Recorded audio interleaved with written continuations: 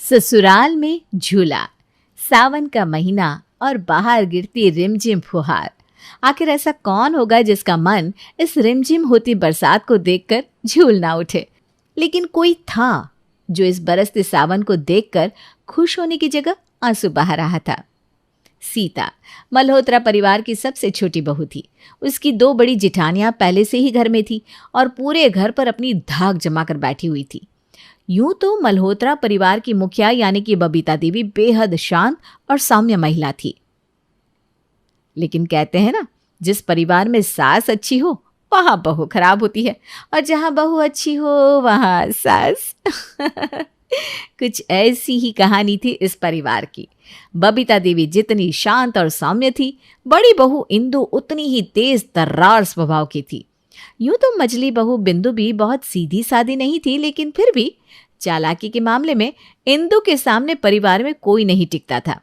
अपनी चालबाजियों और तेज स्वभाव के कारण वो सास के अलावा अपनी दोनों देवरानियों का भी जीना मुश्किल किए रहती। मम्मी जी, कल मेरे मायके से सावन का सिंधारा लेकर मेरा भाई आने वाला है। देख लो आप, मेरी शादी को चाहे जितने भी साल हो गए, लेकिन देने लेने में मेरे मायके वाले आज भी सबसे आगे ही रहते हैं। कहाँ आपकी छोटी बहू है और कहाँ मैं। अरे बेटा, लेने देने से क्या होता है, उनकी खुशी है इसलिए वो तुम्हारे लिए ये सब सामान लेकर आते हैं। बाकी हमारी तरफ से ना तुम्हारे ऊपर ना तुम्हारे मायके वालों के ऊपर किसी भी प्रकार का कोई दबाव है। इन छोटी छोटी बातों में ना अपना दिमाग मत लगाया करो। अरे अच्छा सोचो और खुशी खुशी अपनी देवरानियों के साथ मिलजुल कर रहा करो। हाँ हाँ माँ जी, आपकी तो मेरी तारीफ करने में वैसे भी जुबान जलती है। अपनी जुबान से कहाँ आप मेरी तारीफ करोगी। 2-3 दिन के बाद। अरे बिंदु, अब तो तीज भी आने वाली है। नई पुरानी सब बहू के घर से सावन का सिंधारा आ गया। लेकिन मुझे ऐसा क्यों लग रहा है कि कोई है जिसके मायके वालों ने सिंधारा भेजना तो दूर, एक जली हुई गुजिया तक नहीं भेजी। अरे भाई, ऐसी भी क्या दुश्मनी बेटी से कि पहला सावन ही ऐसा सूखा सूखा बिता दिया। अरे भाभी, आप कहीं सीता के बारे में तो बात नहीं कर रही हो? हाँ, मैंने सुना है जब से इसकी शादी हुई है ना, इसके मायके वाले फ़ोन तक नहीं करते। इसको सिंधारा तो क्या ही भेजेंगे। दोनों जिठानियां सीता को जली भुनी बातें सुना रही थी। इतने में सास बबीता वहां आ जाती है। अरे कोई ज़रूरी है क्या कि हर कोई तुम्हारे भाइयों की तरह खाली ही घूम रहा हो? इसका भाई तीज पर आएगा ना इसे लेने, तभी सिंधारा दे जाएगा। तुम दोनों जाओ, जाकर अपना काम करो, उसे परेशान मत करो। अरे मैं तुमसे कुछ कहती नहीं हूँ, इसका मतलब ये नहीं कि तुम हर समय उसकी टांग खींचती रहो। सास ने डांट कर दोनों बड़ी बहुओं को वहां से हटा दिया। अरे बेटा, इनकी बातों को ना ज्यादा दिल पर मत लेना। इनकी तो आदत ही खराब है। जब तक 2-4 बातें इधर उधर ना कर ले, इनको खाना ही नहीं पचता। तो छोड़, जाकर अपने कमरे में थोड़ी देर आराम कर ले। सुबह से काम में लगी हुई है बेटा। सास की बात सुनकर सीता अपने कमरे में चली जाती है। जब भी जेठानियां इंदु और बिंदु सीता से उसके मायके के बारे में बात करती, सीता के चेहरे की हवाइयां सी उठ जाती, जिसे देखकर दोनों जेठानियों ने भाप लिया था कि सीता के मायके में जरूर कुछ न कुछ ऐसी बात है जिसके कारण उनका नाम आते ही ये एकदम चुप हो जाती है। बस इसी बात का दोनों देवरानी जेठानी भरपूर फायदा उठा रही थी। जानबूझकर घुमा फिरा कर बात मायके जाने या मायके से कोई सामान आने पर अटका देती और फिर छोटी देवरानी के चेहरे पर आती घबराहट को देखकर उसके मजे लेती। आप ठीक ही कह रही थी भाभी। अरे भाई, अब तो तीज में भी 2 दिन ही बचे। पता नहीं कोई आने वाला भी है या ऐसे ही रह जाएगी ससुराल में। अरे पता नहीं कैसे मायके वाले हैं इसके। पहले सावन में मैं तो पूरे 1.25 महीने के लिए अपने मायके गई थी। ऐसे कौन से माँ बाप होंगे जो पहले सावन में अपनी बेटी को घर बुलाने के लिए ना कहे। मायके वालों को तो पहले से इंतजार रहता है कि कब उनकी बेटी आए, उनके साथ रहे और समय बिताए। बिल्कुल ठीक कह रही हो भाभी आप। और पहले ही साल क्यों, मैं तो अभी भी जाऊंगी और पूरे 10 दिन रुक कर आऊंगी अपने मायके। मेरी मम्मी तो कब से कह रही है सावन आ गया तो घर कब आएगी। हाँ हाँ, तीज पर तो मैं भी जाने वाली हूँ। वो बच्चों के थोड़े एग्जाम्स है ना, इसलिए ज़्यादा दिन रुक नहीं पाऊंगी। लेकिन त्योहार के लिए तो जाऊंगी भाई। अरे भाभी, सावन में तीज पर मायके जाने का मतलब क्या होता है? ये तो हम शादीशुदा औरतों को ही पता होता है। मायके जाओ, हरी हरी चूड़ियाँ पहनो, मेहंदी लगाओ, मायके में भाई भाभी के साथ पकवान खाओ, उसका तो मज़ा ही कुछ और होता है। कितनी रौनक होती है तीज वाले दिन घर में। और आपको पता है मेरी मम्मी तो स्पेशल झूला डलवाती है हम लोगों के लिए। हम तीनों बहनें खूब झूलती है, उसमें बहुत मज़ा आता है। मैं तो सच में पूरे साल इंतज़ार करती हूँ कि कब सावन आए और हम सब बहनें मिलकर मायके में तीज मनाएं। ये तो तूने बिल्कुल सही बात कही, मेरे दिल की बात कह दी तूने। इस बार तो मैंने भाभी से कहा है कि मेहंदी आर्टिस्ट को घर पर ही बुला ले। मैं तो खूब जम के मेहंदी लगवाने वाली हूँ। वैसे भी मुझे मेहंदी लगवाने का बहुत शौक है। तीज के दिन तो हरी साड़ी पहनकर मेहंदी लगवाने का मज़ा ही कुछ और होता है। दोनों देवरानी जिठानी जानबूझकर सीता के सामने बैठकर ये सारी बातें कर रही थी, जिसे सुनकर सीता की आंखें भीगने लगी थी। जब सीता से जिठानियों की बातें सुनी नहीं गई तो वो उठकर अपने कमरे में आ गई। भाभी, सावन का महीना है। मेरे ससुराल में रिवाज है कि पहला सावन बहू अपने मायके में ही बिताती है। मैंने पहले भी फ़ोन किया था, आपने कोई जवाब नहीं दिया। बताइए ना, कब भेजेंगे भैया को मुझे ले जाने के लिए?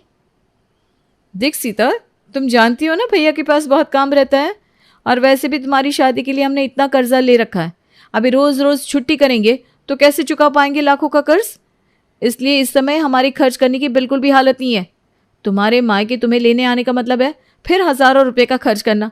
कपड़े, मिठाई, खाने पीने का सामान सब कुछ लेकर आना पड़ेगा। अरे तुम तो समझदार हो, कम से कम फ़ोन करने से पहले एक बार हमारी हालत के बारे में ही सोच लिया होता। अब बार बार तुम्हें मना करने में भी तो हमें बुरा लगता है ना। मैं समझ सकती हूँ भाभी, वो बस मेरी दोनों जिठानियाँ अपने मायके जा रही थी तो मेरे भी मन में आया कि काश 1-2 दिन के लिए मैं भी अपने मायके जा पाती और अपनी पहली तीज अपने परिवार के साथ मना पाती तो कितना अच्छा होता। वैसे भी माँ की ना बहुत दिनों से याद आ रही है। देखो सीता, इतना अच्छा परिवार ढूंढकर तुम्हारी शादी करवाई हमने। अब इस परिवार में दिल लगाने की कोशिश करो। तुम्हारी सास है, तुम्हारी माँ है, और वो ससुराल ही तुम्हारा घर है। अब मायके के बारे में सोचना छोड़ दो। सुख दुख सब ससुराल में बिताओगी तो तुम्हारे लिए और हमारे लिए अच्छा होगा। इतना कहकर सीता की भाभी फ़ोन रख देती है। भाभी के फ़ोन रखने के बाद सीता फूट फूट कर रोने लगती है। काश आज मेरे पापा होते तो मुझे त्योहार पर प्यार से लेने आते। मेरे ससुराल से ज़्यादा ना सही, थोड़ा ही, लेकिन अपना प्यार सिंधारा के रूप में भिजवाते ज़रूर। और आज तीज पर अपने घर आने के लिए मुझे भाभी से इजाज़त ना मांगनी पड़ती। मैं सब समझती हूँ भाभी, आप बस मुझसे पीछा छुड़ाना चाहती हैं, इसीलिए त्योहार पर भी मुझे मायके आने के लिए नहीं कहा। अब मैं अपनी जिठानियों को कैसे समझाऊं कि मेरा मायका होते हुए भी ना के बराबर है। क्या करूं? शादी होने के बाद भाभी की मर्जी के बिना मायके भी तो नहीं जा सकती। सीता बहुत उदास थी। तभी उसका फ़ोन बजता है। बेटा, तूने माधुरी को फ़ोन किया था क्या? हाँ माँ, अभी कुछ देर पहले ही मैंने भाभी को फ़ोन किया था। सावन का महीना चल रहा है ना, 1-2 दिन में तीज भी है। वही मैं भाभी से जानना चाह रही थी कि मुझे लेने के लिए भैया को भेजेंगी या नहीं। मुझे माफ़ कर दे बेटा, मैं जानती हूँ शादी के बाद हर लड़की को सावन का इंतज़ार होता है, क्योंकि पहला सावन लड़कियाँ अपने मायके में ही बिताती है। मायके से आने वाली सिंधारे की पोटली का हर लड़की इंतज़ार करती है। लेकिन मैं मजबूर हूँ बेटा, तेरे पापा के जाने के बाद मेरे तो हाथ बिल्कुल खाली हो गए हैं। घर की सारी जिम्मेदारी तेरे भाई भाभी के हाथ में है। अब उनकी मर्जी के बिना तो इस घर में पत्ता भी नहीं हिलता, ये तू जानती है। जब से तेरी शादी हुई है, शादी में हुए खर्च का ताना दे देकर तेरी भाभी ने मेरा जीना मुश्किल कर रखा है। अब अगर ऐसे में मैं उसे तेरे यहाँ सिंधारा भेजने के लिए कहूँगी तो उल्टा मुझे ही 10 तरह की बातें सुना देगी। इसीलिए डर के मारे मैंने उससे कुछ नहीं कहा। तेरी सास ने तो ज़रूर तुझे कुछ ना कुछ कहा ही होगा। पूछ रही होगी ना कि तेरे मायके से कुछ आया क्यों नहीं। नहीं मम्मी, मेरी सासू माँ तो बहुत अच्छी है। उन्होंने आज तक कभी भी मुझे लेन देन के बारे में कोई सवाल नहीं किया।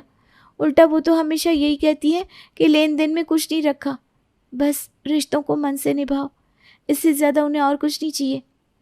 लेकिन फिर भी मेरी दोनों जिठानियाँ हफ्तों में अपने मायके जाने की तैयारी कर रही हैं। वो ना बार बार मुझे ताने देती हैं और पूछती हैं मेरे मायके से कोई मुझे लेने क्यों नहीं आया। बस इसीलिए आज जब मुझसे उनके ताने बर्दाश्त नहीं हुए तो मैंने भाभी को फ़ोन कर दिया।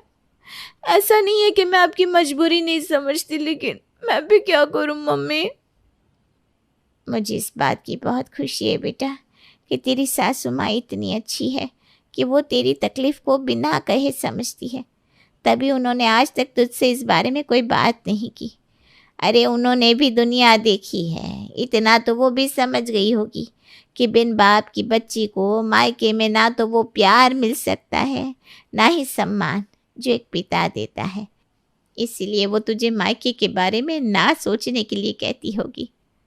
छोड़ो ना माँ, सबकी अपनी अपनी किस्मत होती है। तुम ये सारी बातें सोचकर अपना मन मत दुखाना।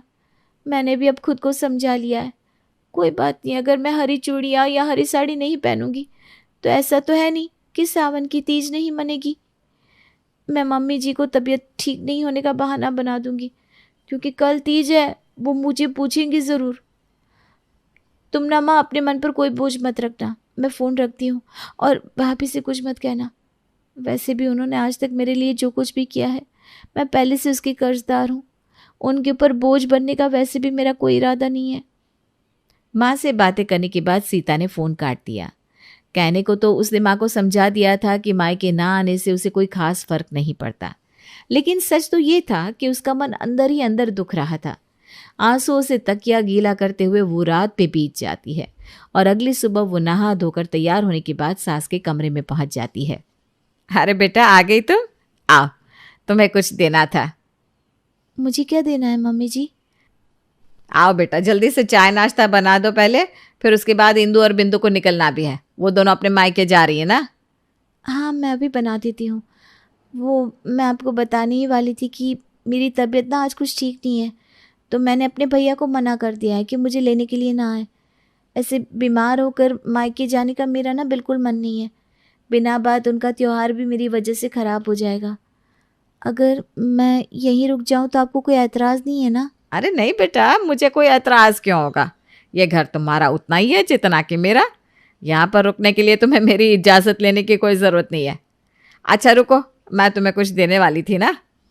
इतना कहकर बबीता जाती है और एक सुंदर से लाल रंग के कपड़े से ढकी शगुन की टोकरी लाकर उसके सामने रख देती है।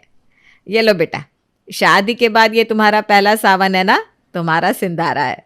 इसमें तुम्हारे लिए शगुन की चूड़ियाँ हैं, साड़ी है, श्रृंगार का पूरा सामान है और मिठाइयाँ भी। खोल कर तो देखो, बताओ तुम्हें पसंद आया कि नहीं।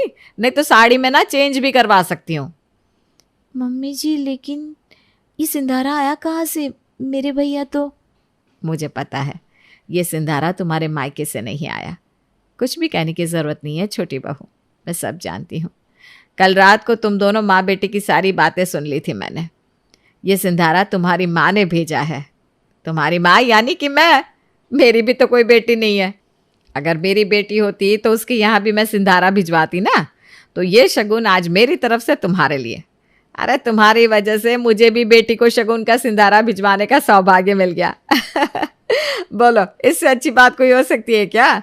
चलो अब तुम फटाफट से ये साड़ी पहनकर तैयार हो जाओ, फिर उसके बाद तुम्हारे लिए एक और सरप्राइज है। क्या आप ये सब मेरे लिए लेकर आई हैं? मुझे अपनी आंखों पर यकीन ही नहीं हो रहा। मैंने आज तक अपनी सहेलियों को सिंधारा का सामान पसंद ना आने पर सासों से ताने देने के बारे में ही सुना था, लेकिन ऐसी सास तो मैं पहली बार देख रही हूँ जो बहू के घर से शगुन ना आने पर खुद से शगुन ला करते। आज से आप मेरे लिए माँ जैसी नहीं, मेरी माँ हो। अरे भाई, इमोशनल होने में टाइम वेस्ट मत करो। मैंने कहा ना, फटाफट से ये हरी साड़ी, हरी चूड़ी सब पहन कर दिखाओ, और फिर उसके बाद आज तो तुम्हें एक और सरप्राइज देना है मुझे। सास की बात मानकर सीता जल्दी से तैयार होकर अपने कमरे से बाहर आती है। अरे वाह, हरी साड़ी में तो बहुत खूबसूरत लग रही हो।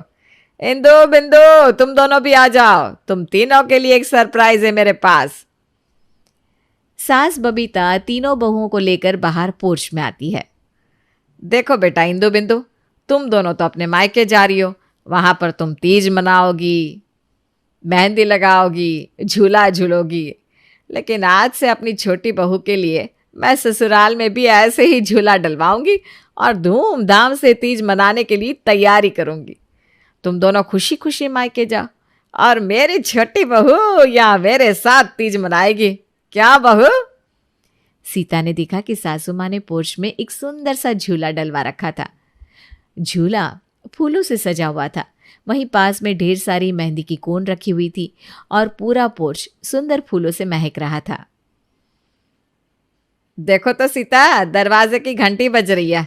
कोई आया है क्या? अभी देखती हूँ। सीता जाकर दरवाजा खोलती है तो पाती है कि सामने एक लड़की खड़ी हुई है। जी आप कौन? मुझे आंटी जी ने बुलाया है, मैं मेहंदी आर्टिस्ट हूँ, मेहंदी लगाने के लिए आई हूँ। अरे बेटा पूनम होगी, ले आओ उसे अंदर, मैंने ही बुलवाया है। अब काम वाम छोड़, तू बैठ और आराम से मेहंदी लगवा और झूला झूल। काम आज मैं देख लूंगी। ससुराल में लगे हुए झूला, मेहंदी और तैयारी को देखकर सीता की खुशी का कोई ठिकाना नहीं था। वो जाकर अपनी सास बबीता को गले लगा लेती है और खुशी खुशी तीज मनाने की तैयारी शुरू कर देती है। देखो बहू, तुम दोनों भी ये बात बहुत अच्छे से जानती थी कि छोटी बहू के मायके से कोई आने वाला नहीं है, लेकिन तुमने इस बात को उसकी कमज़ोरी बनाकर उसको दिन रात ताने दिए, उसे रुलाया और उसकी तकलीफ़ का मजाक बनाया। कमज़ोर को सताने में कोई बहादुरी नहीं होती। तुम लोग चाहती तो अपनेपन से उसका हाथ थाम सकती थी। तुम उससे बड़ी हो, उसको प्यार दे सकती थी, बड़ी बहन होने का फ़र्ज़ निभा सकती थी, लेकिन तुम दोनों को आनंद तो उसे परेशान करने में मिला। सोच कर देखो, क्या ये अच्छी बात है? ईश्वर ना करे कल को तुम्हारे माता पिता के जाने के बाद अगर तुम्हारे भाई भाभी भी तुम्हें मायके बुलाना बंद कर दे तो कैसा लगेगा तुम्हें? सास की बात सुनकर दोनों जेठानियां बहुत शर्मिंदा थी। वो दोनों जाकर अपनी देवरानी और सास से माफ़ी मांगती हैं और फिर सब लोग मिलजुल कर तीज मनाने लगते हैं।